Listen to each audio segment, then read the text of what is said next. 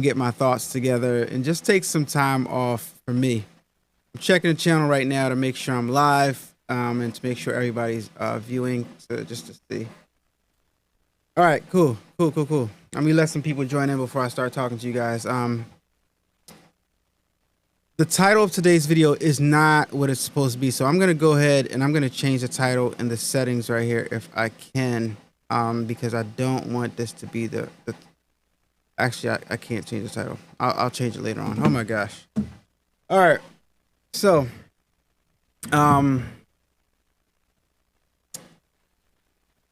yeah, this video is about an incident that happened to me while I was embroidering a large job, and I'm quite sure that it's happened to all of you guys before. So never mind the title, I apologize for that, but this video is about thread getting tangled in your multi-needle embroidery machine and how to avoid it. Good morning, Shayna Krause. Good morning. Hey Reggie, good morning. Thank you so much for joining in. And guys, thank you so much for hanging in there and joining in with me, because like I said before, I know this is my first video of the year, but I had to take some time off for me and just relax and get a handle of things. I got a couple things going on in here that you guys will see in a few upcoming videos. In February specifically, this whole situation right here is gonna get a makeover. And you guys, I'm gonna show it to you guys, but as you're looking at things right now, you won't notice much of a difference. But this whole situation that's kind of off camera over top of me right here and behind me is gonna be totally different. It's gonna give me a whole lot more storage. It's gonna give me a whole lot more working space, and it's gonna organize things a lot better for me. So just a side note, but I'll show it to you guys when it happens, right? So what can I say, man? Now let's get this party started.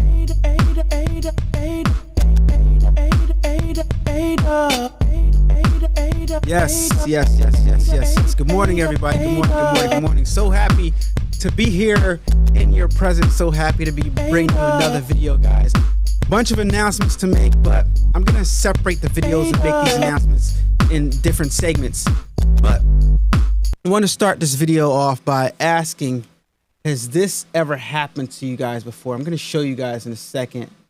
Let me bring this video up and make it large on my screen so I can show it to you guys, and let me know if this has ever happened to you in the comment section. I want to see you guys in the comment section letting me know if this is something that ever happened to you before. All right, let me switch the screen over so you guys can see what I'm talking about. Pissed off. The second time this happened, and this is why you need thread stay tube. Just the second time this happened on this job. I'm so pissed off right now. Oh my gosh, bro, how does this even happen? It's crazy. All right, in the chat, good morning, Ashanti, how you doing? In the chat, has this ever happened to you? Has this I'm going to tell you guys a story in a second, but I want to know if this has ever happened to you guys. You guys see the back of the machine right here, and somehow while you're embroidering, the threads just seem to get all tangled up together. In the chat, has this ever happened to you? And you can see how much of a mess it is and how difficult it will be to get that out right there so you can continue embroidering right there. Has this ever happened to you? In the chat. So Reggie says yes. Shayna Krause says never happened to me. Your thread is wilding out. Exactly. Yes, it is. So let me tell you how this happens, guys, because I had to do some research and kind of breaks things down, and so I can understand how to prevent it, right? So sometimes if your thread is not kept properly, like you guys see, I have my threads on the wall right there. Sometimes if your threads is not kept properly, and a large portion of it might unwind, right? You tend to grab the head of the cone, grab the thread, and just wind it back up, right? Wind it back up. But when you're winding it back up, you're not winding it, you're not putting it back on the cone in the way it was supposed to be back on the cone, which is the threads going in a specific direction. So when you go to use the thread again, as it comes off, because it's been put back on kind of like backwards, it kind of creates kinks in the thread, and some of the thread might grab other threads and suck other threads into the lines, and therefore while you're embroidering, you might get you're going to get a thread break. Might get a needle break or something like that, because the threads are all bound together, and it goes to suck it in, and it sucks like two or three in, and it's a hot mess, right? So this had previously happened to me before. So I had made a device, or I had solved the issue by making what I call thread stay tubes, right? Thread stay tubes. I'm going to show you guys on my website real fast what they look like. All right, let's go on alanawade.com real fast. Go on my website. I'll take you guys over there. I'm going to type in thread stay tube. All right, cool. So these are thread stay tubes right here, guys. And I made these specifically to avoid this problem, right? And they were selling like hotcakes, but I noticed a design flaw, so I took them off my website for a little while. But since this happened again recently, I decided to go ahead and make the 2.0 version, what I call the 2.0 version. And basically they worked fine the way I had them, but on the MT1501, the ones I made for the MT1501, they needed a flare out at the end of the thread stay, right? So I had to hurry up and push this out and revamp it and remake it with the flare at the bottom. And I'll show you guys what I mean. So this is the new rendition of the thread stay tubes right here. Let me see if I could switch angles so I can show. Hold on. Okay, here we go. All right, so this is the new rendition of the thread stay tube right here. So it flares out over top of the cone, right? And the reason why I made it like this is because the old version didn't have this flare, right? It was just the bottom of the tube. And as the thread would go up from the cone, it would still sometimes get caught. No, it wouldn't get caught. It was, if I remember right, it was the small insert at the bottom was too small, so it would like kind of like pull the cone, therefore causing the same problem, right? Making the thread get tangled on the cone itself because there wasn't a flare.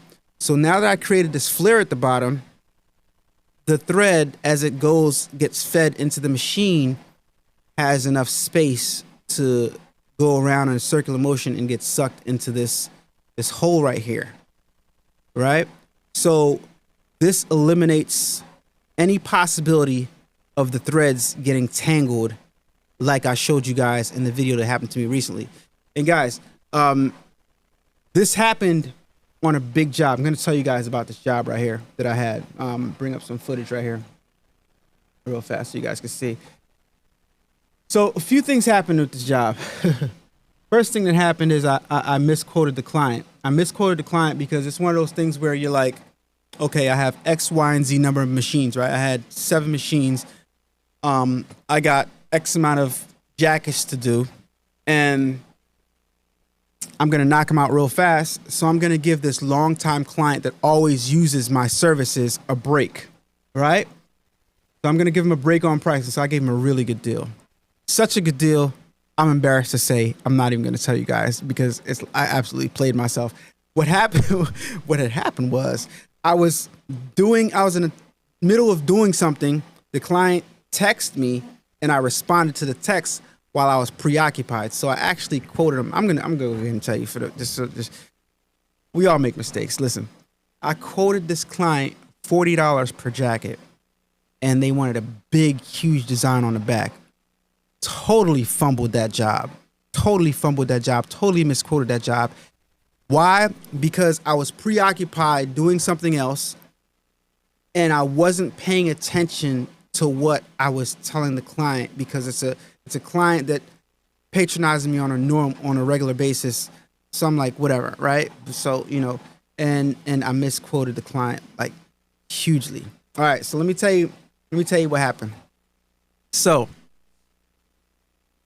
I quoted the client, sent them the payment information, and they already had my address. So I wasn't sure whether she accepted the offer or not, but they said they were going to send jackets out. She didn't give me any tracking information, anything like that. A couple days later, I just see a big box appear at the door, right? At the door. So I'm like, oh man. Okay, so I need to get some money. I need to get a down payment or something. Like, so I contacted her back. Hey, got the jackets. You need to send some money over for me to start the job, whatever. Paid the whole thing. That's how you know when you misquoted somebody, when they go ahead and, what? Yeah, send it right over. No problem. Paid them. I'm like, oh my gosh, I played myself. All right, so let me show you guys some footage of what I did for this client right here. So you guys might have saw this. Those guys that follow me on Instagram or on TikTok. I mean on Instagram. Let me go to another video right here. So this is jacket back of a Port Authority jackets, and this is how they came out. So you guys can see that I grossly underpriced myself right here. Each of these should have been at least $120 per or something like that, or maybe to be fair, maybe you could say like $80 per, something like that. But I grossly, and see, the thing is, the client sent me the file. They had the file already, so they sent me the file, and I told them by looking at the file, because of my experience, and because of who digitized the file for them. I'm not going to name the name of the company that did it, but starts with the last letter of the alphabet. I had experience with them, and they don't do that good. You guys can leave it in the comments down below if you guys know what I'm talking about. But anyway, big company, they get a lot of work, but they don't do a good job digitizing it all. So client sent me over some money to redigitize prior to them sending the jackets. So I was like, okay, boom. So made some money off of that, digitizing it, charged them a nice amount to digitize this, because this is very, very complex, right? Got it done, sent them the file, and I think the next day after I sent them the file, that's when the jackets got there. All right, so I go to get the jackets ready to embroider the jackets. Who can guess what happens, guys? Who can guess what happens? Some of you guys already know what happened because some of you guys follow me on social media already. So what happened was I didn't have all the thread colors required to run all my machines. I only had the proper thread colors to run one machine. So now you're faced with the dilemma. Should I order some more threads so I can run some more machines, while holding up this job, or I can start the job with the one machine that I got while ordering some more threads, which is going to take about 2 to 3 to 4 to 5 days to get to me? Or do I go ahead and bang out the job on the one machine? What would you guys do? Would you guys go ahead and start the job and order the more thread, or just say, forget about it, I'm just going to thug it out and knock out this whole job on the one machine? What would you guys do? In the chat, what would you guys do? I'll tell you what I did. You guys already know what I did, actually. So I'm like, it doesn't make sense for me to go ahead and order thread and wait for threads, because I'm going to spend like $100 and something bucks. Already I undercharged. I'm going to spend $100 and something bucks on more threads that I'm probably only going to need for this one job, because it's a lot of browns and it's a lot of light browns and dark browns, and I don't typically use like a light brown, a dark brown, a medium brown, and tan. I don't typically use a lot of those colors on a regular basis. The colors that I use on a regular basis I always have stacked up, right? So I went ahead and started the job. I'm like, I'm just gonna knock this out on one machine. Guys, the browns that I had, I don't know if you guys could, the browns that I had were these like browns that I never used. It wasn't even on my machine. You guys could see like, hold on. You guys see these cones right here? The shorter ones, right? These are my Madeira cones right here. The tall ones that are Madeira cones, but these short ones are like the Amazon, the ones you buy on Amazon, right? There's no brand, Amazon basics, but I don't typically take care of those. They're like wrapped up in a bag somewhere, not even hanging on the wall, right? Because I got a lot of extra threads. I don't have enough wall space to hold all my big cones. So when I put them on a machine, they were doing this funky thing right here, as you guys can see at the top. They were doing this thing where you know, occasionally they would get tangled. And when I tell you, half of the jackets, about 3 or 4 times, it would get tangled. And I'm thinking in my head, I need my thread stay tubes. I need to work on thread stay tube 2.0, because if I would have had thread stay tube 2.0 going on, I could totally avoid this. So with that being said, guys, thread stay tubes 2.0 is now available on AlanAwade.com. Now, the image that you see on the website, I have to change the image out. Right? So this is the version 1. It doesn't have the bottom, the one with the bottom flare like this. It doesn't have this bottom flare right here. But that's not what you're gonna get. You're gonna get the new ones with the bottom flare when you order thread stay tube 2.0 right here. It says 2.0 right there on the screen. But the picture, like I said, is the picture of the old ones. All right. So and by the way, anybody, this is how dedicated I am to my product.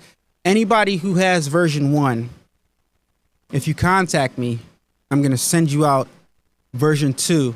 All you got to do is pay shipping. All right. All you got to do is pay shipping. I'll send you out version 2 absolutely free of charge. All you got to do is pay the shipping, and I'll send you out version 2. If you ordered version 1 and you have version 1 on your machine right now, I'll send you out version 2. All right. So, very, very stressful things. One of the things that can happen to you and can stress you out, especially when running a long job. It's such a, the embroidery itself was running smooth from start to finish. Some of you guys saw it on my social media. From start to finish, the embroidery design was running smooth the whole time. But the only problem I would have was changing the bobbin, right? And that darn thing getting tangled up. And that slowed me down so much. But I was able to get the job done in 2 days. Right? So, and literally, when I say 2 days, it was, no, I'm lying. It was about 3 days. It was 3 days. Because I took my time. I would do them in batches of like 4 and 5 a day, right? So I think it was a total of 20 jackets. I did more than that. I did 6 one day. I did 5, and then I did 4. So something I don't know. I can't remember. But the first day I went crazy. Second day slowed down a lot because I was stressed out because it kept getting tangled. Third day I went in with my head focused. I'm like, I'm gonna get this job done today. I think it was like a Friday, Saturday, Sunday type of situation, and Sunday I got everything done. I think it might have went. No, it didn't. Monday's when I shipped them. All right, shipped them back to the client. So knocked it out fairly fast, but I just wanted to show you guys this because let's go. I have version 1. Yes. Sweetwater, you are going to get version 2 absolutely free on me. All right, because let me know, and we'll have a conversation. I think I can look you up on my Shopify history and get your contact information, but we'll have a conversation about what your experience was with version 1, and I'm anxious to get you out version 2 so that you can it's definitely going to work a lot better for you. Because like I said, I stopped pushing them, I stopped talking about them because I needed to make this. So I went ahead and I designed it on my design software because I knew it was something that I needed. That's why I made it, right? But until this started happening to me again, that's when I was like, yo, I need this and other people need it too. So that's what pushed me 2 days ago to just get in my software, design it, and make it. So yeah, so version 2 is here. This one is for the EM1010. On the website, you have options. If you have EM1010, you can get the EM1010 version, which is right here. Let me show you guys. You go on alanawade.com, and you can select the EM1010. And for the EM1010, you get a set of 20. As you guys, you get a set of 10. As you guys can see, this, like I said, is version 1. But don't mind the pictures. You are going to get version 2. So the EM1010 right there, MT1501. This is how it looks on your machine, except the new ones has a flare. You get version 2, like I said. And yes, it does work for the TC machine. I see. Do they work for the TC1501? Yes, they do. They fit the TC1501. And I will be making some that also fit by embroidery machines as well as Tajima and other brands as well, guys. So order your thread stay tubes today. On the website, the 1501 15 needle, you can choose from the 1501 15 needle, or if you got the 1501 set of 20, because some of the marquee machine is a 20 needle. So if you need 20 of them, you can order the set for 20 right there. Or if you need the 1501 and you have the regular 1501 that has 15 needle, you can order the 15 needle one, and you get like I said, version 2.0 that has a flare at the bottom that works better. All right. So yeah, yeah, a lot of stuff going on in the background, guys. You guys see the 3D printers going. What I'm doing right now is, I wish I had that. Where is it? I offer this. It's gonna be on the website later on today. I'm selling these. This is a client of mine that I'm gonna send free to because they buy a lot of stuff. So I'm gonna send this their company logo. You guys might have saw me printing these shirts like over the last couple of years because I do them like once a year or twice a year or so. But I'm gonna send this to them, and also have the. Let me get another angle for you guys. Right here. All right. Also have the birthday girl pendant, right? Each pendant comes with a necklace, and I got the It's a Boy pendant right there. You can purchase that it comes with a necklace. Got the happy birthday. You're gonna be able to pick assorted colors and mix and match colors if you want to. I got the birthday boy, right? And I also have the It's a Girl, like, right? So I'll be making different ones, right? And like I said, they're necklaces. So they're just like playful necklaces. Imagine if you're at work or you own a bar or something like that, and you just got this on. You're the manager, or, you know, one of the occasion, whatever. You just got this on, like just to, you know. Yeah. So that's gonna be on the website later on today. But that's what I'm currently printing up right now, and I'm printing up actually some for people that ordered from Instagram, because I didn't post it yet on my website, but I did post it on my Instagram and my stories, and people ordered from there. So a lot of you guys that don't follow me on Instagram, you need to follow me on Instagram, because I do get busy on the stories a lot. I don't typically post that much on the timeline, but I post a lot of stuff on the stories. And I'm going to start posting more on the timeline, but I just, you know, stories is just more easier to post on Instagram. All right. So that being said, how the 20 needle is configured, you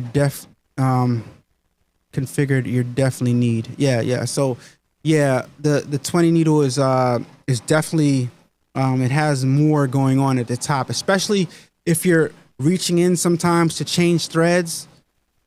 These tubes right here, if you're reaching in sometimes to change threads, these tubes right here really make it easy for you to reach in and not get your threads tangled. That's why I like them so much, right? So imagine you reaching in to change one thread, and, like, you know, your thread isn't getting tangled in your fingers, because it's a lot neater up there with the thread stay tubes, right? So it's a whole lot neater up there. This is before you put it on, right? And this is after you put them on. And I do have a video on Instagram showing you guys how to apply the thread stay tube. It's really, really easy to put them on the machine. It is just a pain. I'm not gonna lie, it is a pain in the butt, because you have to literally rethread the whole entire machine. But after you get it on, that's just it. You're good to go. So like I said, if you have version 1, email me. And I'm gonna look it up on my Shopify, my back end, and verify that you did in fact purchase the version 1s, and I'm gonna send you out version 2 free of charge. You don't have to pay for them, but you do have to pay for your shipping. All right. So that's all I want to tell you guys about this morning. Sorry for the misleading title of the video. I have another video coming up later on, and we're going to talk about the expensive embroidery machines and what I've learned, and as well as the cheap embroidery machines and what I've learned. And yeah, I'm not gonna. Let's just say that a lot of people. I'm not gonna get into it too deep, but a lot of people that talk about the more expensive machines and how great quality, a lot of them are hypocrites. And the reason why I say a lot of them are hypocrites is because they'll tell you to do something that they didn't do, right? They'll tell you, oh, buy this machine, start off with this machine, but that wasn't their path, right? They started off, most of them started off with a cheap machine, and they worked their way up to a more expensive machine, but they're telling you to go ahead and start off with a more expensive machine, where as though, like, if most of us had to start from the top, it's so unattainable when you're first starting off that you just end up not starting off at all because the stuff is too expensive, right? Too expensive. So I find that to be interesting, and we're going to talk about it, and along with talk about the differences and what I've learned from the lesser expensive machines to the more higher end machines. I've had conversations with some representatives from other companies, and I'm gonna, just tell you guys what I've learned, and versus what the people representatives told me. All right, so yeah, we'll talk about that in another video, and I'll see you guys on the next one. And that's it, guys. I'll talk to you guys later on the next video. Thank you so much for watching.